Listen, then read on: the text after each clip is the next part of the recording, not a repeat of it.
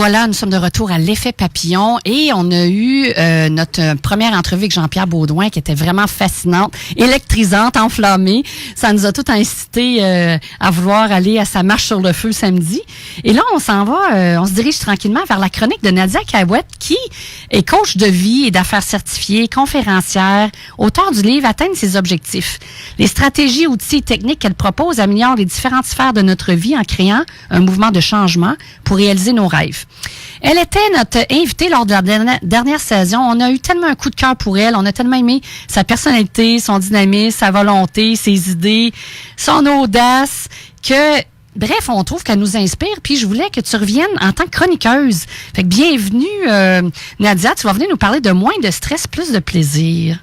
Oui, merci beaucoup de me recevoir aujourd'hui, Lynn. Dans le fond, aujourd'hui, oui, j'ai choisi ce sujet-là, le stress, parce que je trouve que c'est quelque chose qu'on vit beaucoup en général. On vit dans une société où le niveau de stress est généralement très élevé. Puis ça, c'est sans compter tous les imprévus qui peuvent arriver dans la vie, les maladies, un décès, une perte d'emploi. Il y a beaucoup de facteurs qui font en sorte que notre niveau de stress va être élevé. Donc, c'est pour ça que je voulais parler de ce thème-là aujourd'hui. Puis moi, quand je réfléchissais à mon thème de la chronique, j'ai essayé de faire ma propre définition du stress. Puis ça ressemble un petit peu à ça, dans le fond. Pour moi, le stress, c'est une réaction qui provient d'un trop-plein. Un trop-plein soit d'émotions, de responsabilités, ou encore d'un manque, comme un manque d'argent, un manque de temps. Bref, le stress, c'est un déséquilibre. Puis aujourd'hui, dans ma chronique, je voudrais qu'on s'attarde beaucoup aux solutions et non pas tous les facteurs que ça peut causer le stress. Souvent, on entend que bon, le cortisol c'est pas bon, puis tout ça. Ça nuit physiquement, ça nuit moralement aussi. Le stress, il y a beaucoup de trucs négatifs par rapport au stress, mais aujourd'hui, j'aimerais ça que vraiment qu'on focus sur les solutions, des choses qui sont simples, facilement applicables, parce que justement, quand on est stressé, souvent, c'est parce qu'on a trop de choses, donc on veut pas en rajouter. Fait que j'ai essayé de vous apporter des solutions qui sont faciles, simples et efficaces, un peu comme le titre de mon livre, dans le fond. Ça, j'aime ça. Quand on a avec des solutions. Oui, bon. Merci. Donc, OK. On va commencer par l'essentiel puis la base. Revenir à l'essentiel, pour moi, la base de la vie, c'est la respiration. Donc, quand on est vraiment stressé, on doit s'arrêter puis prendre le temps de respirer. Je parle de plusieurs techniques de respiration dans mon livre, mais aujourd'hui, je vais juste me concentrer sur une qui est simple et facile, puis on entend souvent parler de cette respiration-là, c'est la cohérence cardiaque. La cohérence cardiaque, c'est une respiration qui est simple à faire, c'est environ inspirer environ 5 secondes, expirer le même temps. Puis on fait ça environ 5 minutes dans notre journée, 3 fois par jour. Puis ça va faire en sorte que après seulement quelques jours, on va se sentir déjà plus détendu. C'est prouvé scientifiquement qu'il y a vraiment plusieurs bienfaits à cette respiration-là. Puis c'est pas quelque chose de difficile ou qui prend beaucoup de temps à faire dans notre journée. On peut même se mettre une alarme là, sur notre cellulaire. Puis, ce que je trouve intéressant, c'est que quand on fait une recherche sur Internet, il y a beaucoup d'applications, hein? Oui. Autant probablement sur notre téléphone ou sur Google. Exactement. Puis, ils ont comme des vidéos sur YouTube qu'on suit avec une image. Les respirations, je trouve que c'est tellement efficace. Mais c'est ça, moi, j'en ai une sur mon cellulaire. Je vous recommanderais celle-là, Respirelax Plus. Puis, c'est une application qui est vraiment simple. On peut l'ajuster aussi, le temps là, de 5 secondes, inspiration, expiration, on peut l'ajuster pour autre chose si on veut être plus détendu encore ou si on veut même activer notre système. Donc, c'est simple à utiliser. Il y a différentes fonctions. Puis, ça fait en sorte que quand on l'a sur notre cellulaire comme application, c'est plus facile de l'utiliser que juste si on se dit comme ça, moi, je vais faire ça, souvent, on le fait pas. Est-ce que tu recommandes de le faire à tous les jours, à un moment précis, comme avoir une routine, ou c'est quand on a besoin? Comment tu le vois?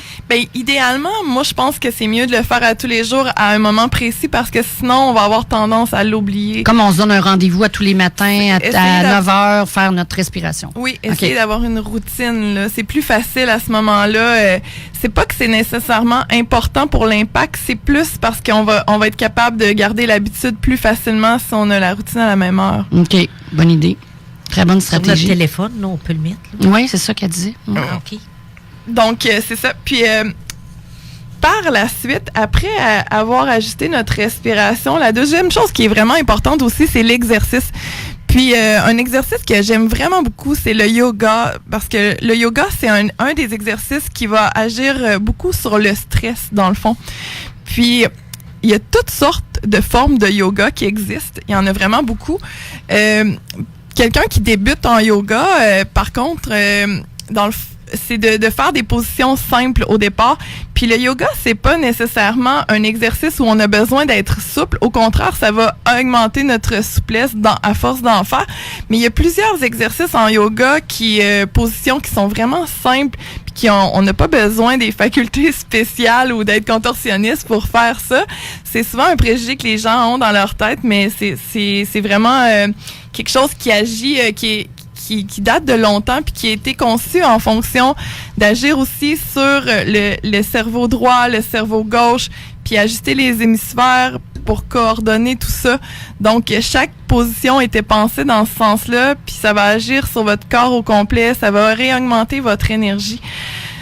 Souvent, quand on est stressé, ben justement, on a des pertes d'énergie. Ça va aller baisser notre niveau d'énergie parce que le stress, ça demande tellement d'énergie à notre corps qu'on va avoir besoin d'agir sur ça pour essayer de justement aller compenser autrement.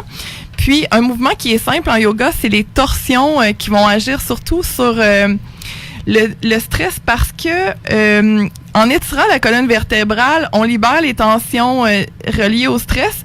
Le cerveau est souvent soumis à une grande quantité d'informations. Puis ces informations-là vont se retrouver dans le système nerveux.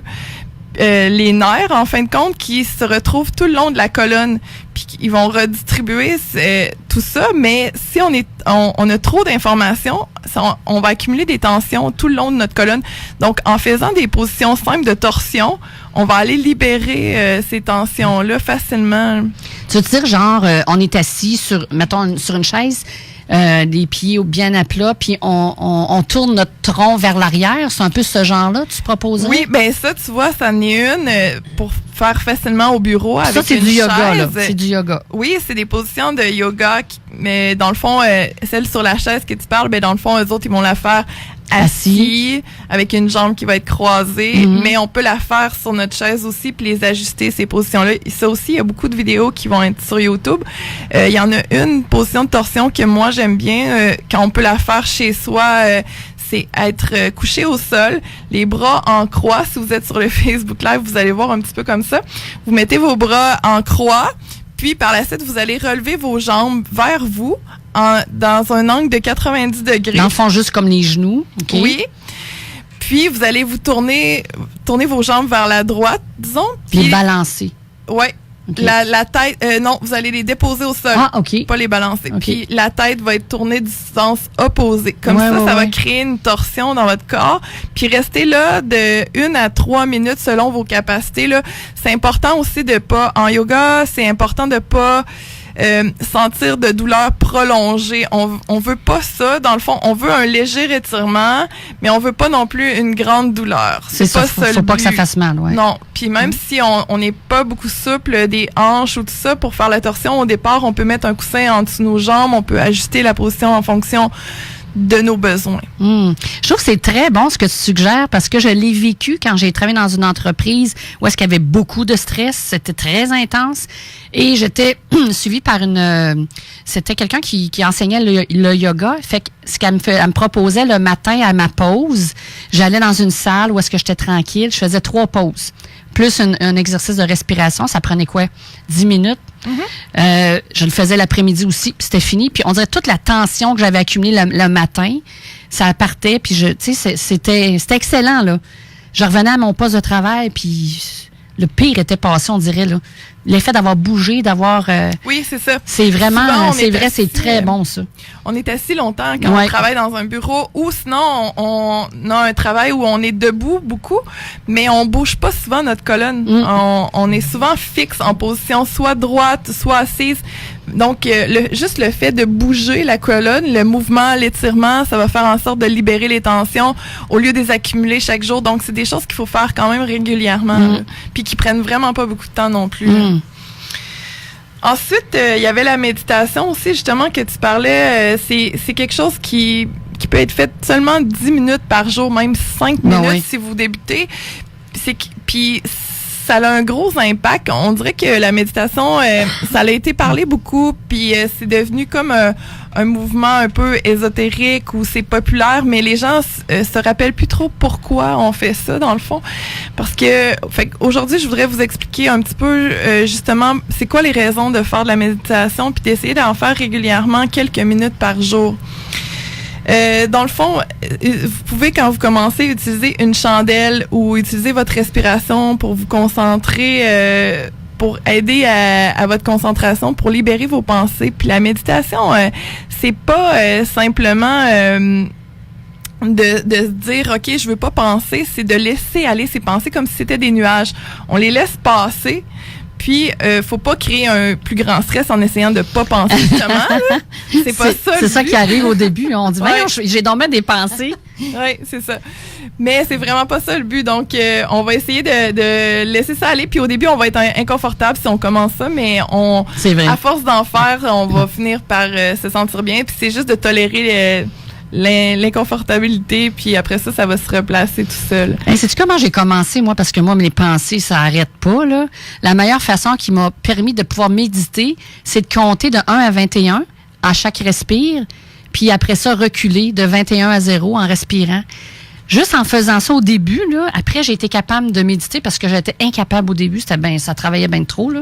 Mm-hmm. Mais quand on commence à méditer, là, c'est dur d'arrêter après. Hein, on est tellement bien. Oui, c'est sûr. Oui. Ça diminue beaucoup le stress. Ah oui. Puis, dans le fond, je vais terminer avec... j'avais quand même quelques autres idées, là, mais j'en reparlerai un peu dans ma prochaine chronique parce que la prochaine, ça va être sur le bonheur intentionnel. Donc, je vais revenir un peu sur... après avoir libéré le stress, dans le fond, c'est important d'ajouter du plaisir. C'est vrai. Donc, je vais vous laisser sur quelques idées un petit peu là, pour... en début de... Dans le fond, ça va être ma prochaine chronique sur le bonheur, mais là, ça va être comme le début de ce que vous pouvez faire pour ajouter du plaisir dans votre vie en ce moment.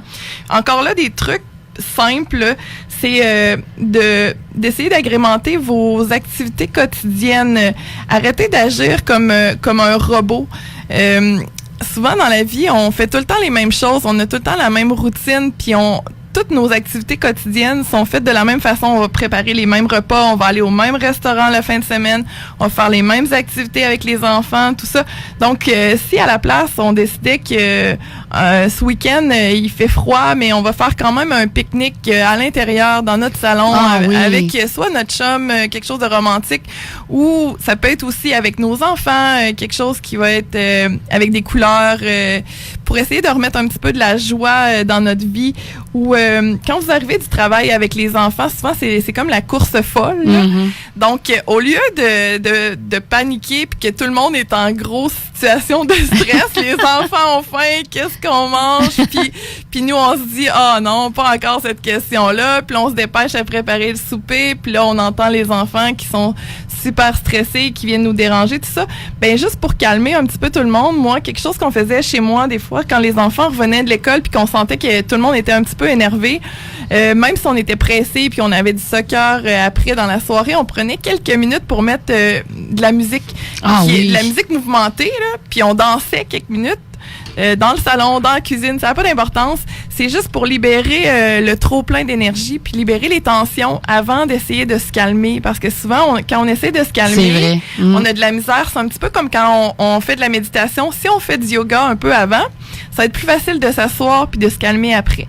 La même chose au retour du travail, essayer de libérer l'énergie puis de bouger. Comme ça va faire en sorte qu'on va pouvoir se relaxer par la suite puis baisser notre niveau de stress, puis ça va ajouter un petit peu de plaisir dans notre vie. Quelle bonne idée! On l'oublie, hein? Vraiment.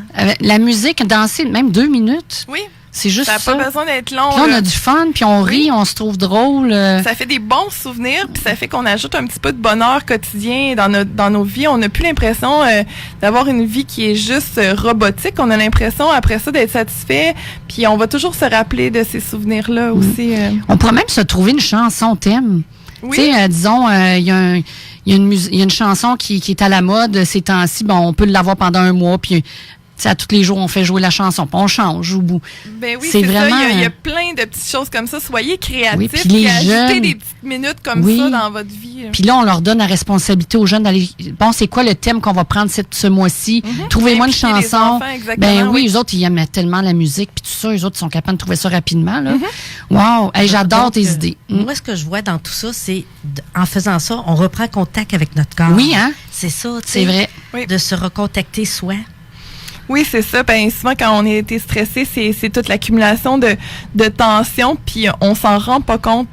Donc, avec la méditation aussi, ça va faire en sorte, même le yoga, on est plus conscient quand on fait des mouvements de où sont situées nos tensions. Comme ça, on va agir dessus. Tandis que si on prend pas le temps de s'arrêter, on prend pas le temps de respirer, on prend pas le temps de bouger, on se rend même pas compte qu'on a des douleurs jusqu'à temps qu'ils deviennent tellement importante que là, c'est difficile d'agir dessus. Donc, c'est important de le faire plus au quotidien, puis chaque semaine, quelques minutes par jour. Toujours. C'est vrai. Est-ce que tu veux nous faire un petit rappel? Je pense que tu nous as nommé 3 ou 4 stratégies. Oui. La première, c'était... Dans le fond, la première, c'était sur la respiration, la cohérence cardiaque avec l'application Respirelax Plus. Oui. Deuxième. Ensuite, il y avait le yoga, les torsions. Puis la méditation. Oui. Puis la quatrième. Dans le fond, la dernière, c'est sur agrémenter vos activités, danser, faites des pique-niques dans le salon, soyez créatifs pour ajouter du bonheur, du plaisir dans votre vie. Hey, c'est bon, hein? José qui fait la power pose. La power pose de Jean-Pierre. Oui, hey, c'est super. C'est vraiment intéressant, Nadia. C'est sûr que tu vas revenir. C'est super inspirant. Tu donnes vraiment des bonnes stratégies. Puis c'est toujours des choses simples qui fait qu'on peut avoir des grands changements. Je le dis toujours avec l'effet papillon, mais c'est vraiment le genre d'activité, de gestes simples qu'on peut poser puis qui peut avoir un impact positif dans notre vie à long terme. Oui, c'est ça. C'est plus facile de prendre des petites choses qui sont qui prennent pas beaucoup de temps parce que sinon on les appliquera pas parce que souvent on est super occupé. Donc puis ça, j'en ai d'autres petits trucs comme ça là, si vous voulez aller voir, j'ai quelques vidéos là sur YouTube là, puis je vais continuer d'en mettre d'autres aussi. Donc c'est des petites vidéos de quelques minutes justement parce que les gens sont occupés, vous pouvez écouter ça en faisant votre vaisselle, puis ajouter des petits trucs le fun dans votre vie. Puis toi, ce qu'on peut faire pour en savoir plus à ton propos, c'est tu as un site internet qui est mon site internet, c'est nadiacahouette.com. Puis la même chose sur YouTube, c'est Nadia Cahouette aussi. Oui. Puis tu as ton livre aussi qui s'intitule, regarde, tu peux le montrer pendant notre page, notre Facebook Live. Oui, mon livre, c'est Atteindre ses objectifs, une approche simple et efficace. Très bon truc à l'intérieur, d'ailleurs. Je le confirme. Merci, Lynn. Puis, il y a aussi ta page Facebook. Disponible sur Amazon, dans le fond, mon livre. Ou sinon, vous pouvez me contacter sur ma page Facebook, puis je peux vous l'envoyer aussi. Puis, tu as une page Facebook professionnelle, je pense aussi. Oui, hein? Okay. Nadia Cahouette. Tout est au nom de Nadia Cahouette, donc c'est quand même simple. Bon, ben je vais mettre les informations sur notre page Facebook avec toutes les références. Donc, on va te retrouver bientôt une prochaine chronique. Écoute, t'as fait ça comme une pro, hein? T'as-tu aimé ça? Ben oui, j'avais aimé ça, mon expérience la dernière fois. Puis c'est ça me faisait plaisir j'étais contente que tu me réinvites. Puis on dirait que t'as toujours fait ça. J'ai trouvé ça super agréable, vraiment. C'est un petit peu différent des entrevues. Oui, parce que dans le fond, on n'est pas en face des gens, mais c'est vraiment plaisant la radio. Moi, j'aimerais bien. Oui, puis c'est le fun aussi quand on est plusieurs autour de la table. On a vraiment l'impression de partager un café, puis on jase et tout ça. C'est intéressant. Ben merci d'être là. Merci fait que on va aller à une pause publicitaire, puis au retour, on va parler avec José Desrochers. À tout de suite.